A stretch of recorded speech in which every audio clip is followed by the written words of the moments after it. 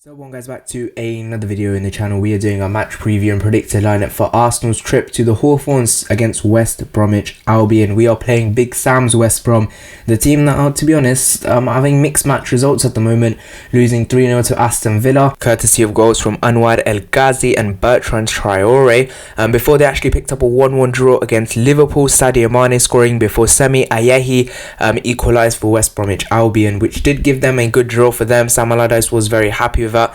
But just the other day, they lost 5-0 to Leeds United the same day Arsenal beat Brighton. We'll get onto that in a bit. But West Brom, they do concede a lot of goals. So sometimes they have really good defensive performances, like they did against Man City and Liverpool. And then sometimes they just get blown away by teams, like they did against Aston Villa and Leeds United. So they're not very consistent. And I think that's something Sam Allardyce really needs to sort out if he needs to get his team firing. And in that game against Leeds United, Sawyer scored an own goal. That was actually a really funny own goal. You should check it out. Alioski, Harrison, Moreno and Rafinha scored, all different scorers, scoring for Leeds United in a 5-0 rout. And where does that leave West Bromwich Albion in the table? Well, it's not loads better than us, but it's still 19th in the table, 8 points off 16 games. The reason they sacked Slaven Bilic was because they can get out of it. They're still 5 points away, so a few good wins together, if they can get their team rallied up, Sam Allardyce and the players and the coaches, then I think they could have a chance of staying up. And Arsenal, after their 1-0 win over Brighton, courtesy of a goal from Alexandre Lacazette. If you haven't checked out the player ratings and match reaction, it's one of the last videos on my channel. It's not hard to miss. And we do go up to 13th, 16 games played and 20 points. We are at the moment 6 points off 5th. So we're not actually doing... I think, okay, look, we are doing bad. We're in a bit of a problem, but we've got 2 wins together. The first one being obviously over Chelsea, really fluid game, and we did win that game. And obviously the different manner of victory we got was against Brighton. It was dogged at times, it wasn't great, it was rubbish at times, but we did get the win, and that's what matters, 3 points. And if you look at our run of games going into January, West Brom, Crystal Palace, Newcastle, obviously playing them in the cup as well as this, Southampton, you know, you have a few games there in which we can pick up some more wins and move ourselves up the table, which is what we need at the moment. And obviously we are playing Manchester United after that, Wolves, Aston Villa, Leeds, City, Leicester, and that's our run after that easy run. So, you know, if we can pick up some good wins in this next little run we have of games between, you know, and now and towards the end of January, if we get good points together, you know, go into the game against United, Leeds, Leicester, Man City, then you have confidence, you can pick up more points and get ahead of these teams, and that's where we can push on. And if you can have a good January transfer window, sign some of the players we are linked to that could help us, Premier League proven players like Lamptey, maybe Basuma, maybe, you know, Jean Jordan, maybe, you know, some of these players that we are being linked with, if they can help us, give us some solidity, give us some consistency, because that's what we need at the moment. The league is so wide open at the moment. A team needs some consistency. I'm not saying we're going for a title, but consistency can really get you up there in the table. And a lot of teams, yes, obviously some games need to be played because of, you know, COVID or, you know, just not being played. You know, a lot of teams are on 26 points. I just want to count it up for you. I'll just have a look now. Let me count. Southampton 26 points, 9th all the way up to 5th, Aston Villa 26 points and Everton only 3 points away. So you don't want to build a gap between, you know, the top 4 and the rest, because, you know, that's where we want to get into, the top 4.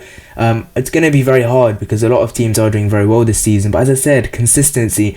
No team's been real consistent this season, and I think things can be wide open. And if we, you know, get a bit of a run together and get some positive results over rivals towards the end of February, then maybe we can push for a top 4. But, you know, the Europa League is going to be our major thing, and if we can do that, it's good. So let's get straight into the predicted lineup for this game. Starting off in goal, Bernd Leno, pretty obvious. He didn't have much to do in the last game we had against Brighton, and he's doing alright. Obviously not going to play Runarsson, so we will go with Bernd Leno. And it has to be said with Bernd Leno as well, you know, his, you know, improvement, his communication, guarding the box a bit more, that really improved against Brighton. So hopefully long may that continue, and hopefully he doesn't do anything stupid, because, you know, we need to win these games. We don't want mistakes to let us down, because that's been the downfall of our misery in the last few years. And, you know, Leno, he's a good goalkeeper. I rate him. You know, Martinez has been a struggle with all the criticism between him and Martinez, the battle. I still think we should have kept Martinez. It doesn't matter now. We have to go with Leno, and hopefully he can give us a good performance in this game against West Brom. We are going to go into a back 4 first of all. On the right hand side, Ainsley Maitland-Niles. We are going to go with Ainsley Maitland-Niles just because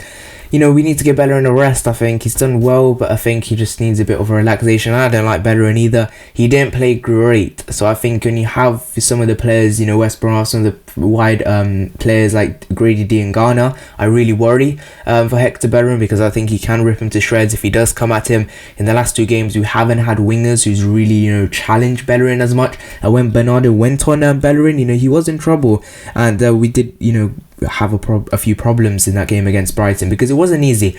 And we are going to go into the left back row. Kieran Tierney, nothing to be said about it. He's the first name on every team sheet basically. Kieran Tierney, my captain, my left back, my player. And let's move on to the centre back options, and I'm going to stick with the same 2: Pablo Mari, Rob Holding. I'm going to stick with it. Main reason I'm going to stick with it is because we've won 2 games with these 2 in centre back. You just have to stay with what works, and if it's working, it's working, and there's not much to be said about it. If you have Ainsley next to Rob Holding, then his job becomes a bit more easy as well, a bit more solidity.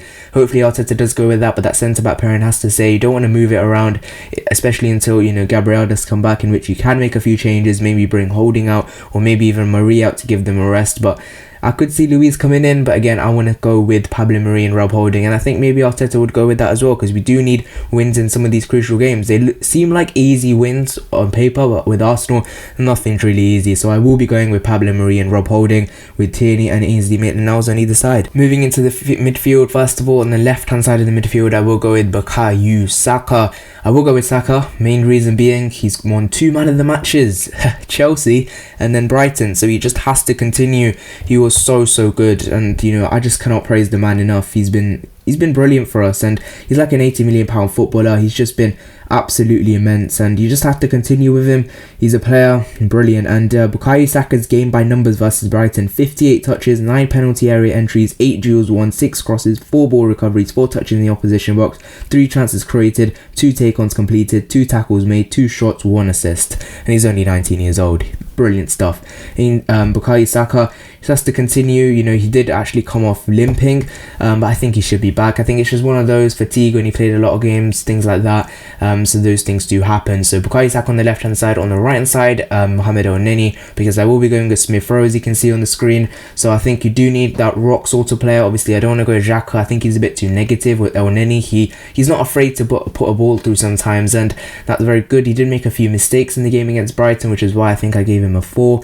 But hopefully, you know, he can turn back to his best as we know him, and he'll be that rock that we need when, you know, Saka and Smith Rowe are attacking. And that moves me on to Smith Rowe. Wasn't a great against Brighton. Some people thought he was. I didn't think he was that good, but again, he's a player in this game against West Brom where we can rip them apart. He could be essential to that, get a few assists, maybe a goal, and that would be very good. Moving into the front 3, first of all, on the left hand side, Gabriel Martinelli, big man Martinelli, back in the building. He wasn't great, I'd say, against Brighton, but sometimes when you're a Martinelli-like player, it was the same with Sanchez, same with some other players that have a lot of speed, they press, they do that sort of work, but sometimes they just have days where they're not going to get the ball a lot. They're not going to have the ball played to them a lot. So they'll just have to do the hard graft, the pressing, the running. And I thought Martinelli did that really well against Brighton, which is why I didn't give him a high score, didn't give him a low score either, because he tried really hard, and that's what you want to see from your players. And on the right hand side, I'll go with Nicola Pepe. He needs to come to the side, give him a few games, and maybe against this West Brom side, who are not very good, he could run at those right backs, put balls in, because I don't think Saka was doing it very well on the right hand side, putting the crosses in. So maybe when you got someone like Pepe there, set piece specialist, he could put those balls in the box and cause West Brom even more problems. Up front as a main striker, Alex Lacazette. You can't drop him at the moment. 3-3. That's what Arteta did, you know, early in September. Lacazette 3-3, and then he dropped him. Just don't do that again with Lacazette, because then he has 2 months off and just doesn't try. Just 3-3, continue playing him, start him ahead of Aubameyang is what I would say, because Aubameyang's not been good enough, and I'll definitely go with Alex Lacazette. So that is it for my predicted lineup for this game against West Brom. I do expect for us to win. Hopefully we do win. Leave your predictions and thoughts in the comment section down below. See you guys in the next one. Bye bye.